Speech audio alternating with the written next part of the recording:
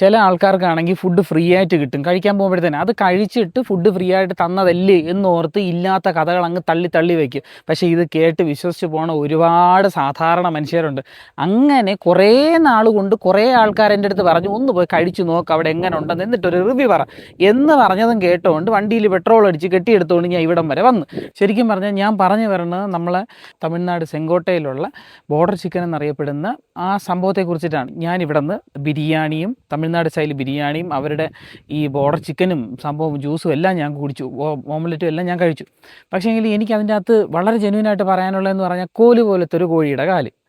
ആ സംഭവത്തിനെന്ന് പറഞ്ഞു കഴിഞ്ഞാൽ ചതയില്ല. അതിൻ്റെ അകത്ത് ആകപ്പാടെ ഉള്ളൊരു ടേസ്റ്റ് എന്ന് പറഞ്ഞാൽ കുരുമുളകാണ്. ഇത് തിന്നാൻ വേണ്ടി മാത്രമായിട്ട് ആരും ഈ ഏരിയയിലോട്ട് പോകരുത് എന്നാണ് എൻ്റെ അഭിപ്രായം. നോർമലി നമുക്ക് തിന്നാൻ കൊള്ളാം എന്നുള്ളതല്ലാതെ അതിൻ്റെ അപ്പുറം എക്സ്ട്രാ ഓർഡിനേറ്റ് അതിൻ്റെ അത് ഒന്നും തന്നെ ഇല്ല.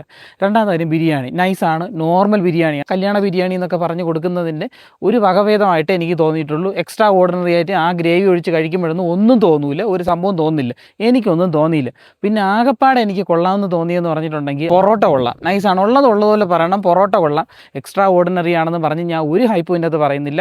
എന്തായാലും നിങ്ങൾ ഇതുവഴിയൊക്കെ ഒരു യാത്ര ഇങ്ങനെ പോകുമ്പോഴത്തേക്കും ഇറങ്ങി ട്രൈ ചെയ്യാൻ പറ്റുന്ന ഒരു സ്പോട്ടാണ് ഈ റാഹത്ത് എന്ന് പറയുന്നത്. അല്ലാതെ ഇവിടെ വലിയ സംഭവങ്ങളൊന്നും ഇല്ല. ഇത് പറയാൻ വേണ്ടിയിട്ടാണ് ഞാൻ വന്നത്. ഇതുപോലുള്ള ചെറിയ ചെറിയ സംഭവങ്ങളുമായിട്ട് ഞാൻ വീണ്ടും വരാൻ ശ്രമിക്കും കേട്ടോ. ടാറ്റ.